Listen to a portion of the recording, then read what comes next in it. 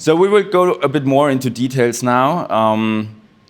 First, we'll talk about synchronization. So what makes the difference here?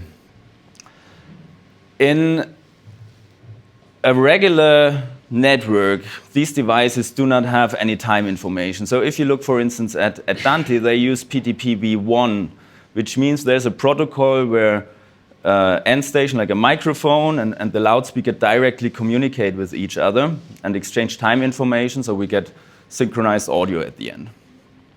What is not involved there is the switches. So we have an uncertainty in how long the packets take to get from one endpoint to the other.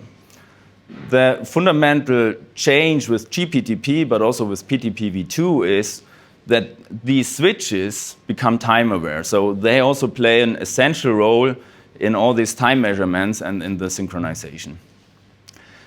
We could do a whole presentation about PTP itself. We skipped that for today, but I think that's the most fundamental thing to understand, that every component in this network plays an important role in time synchronization.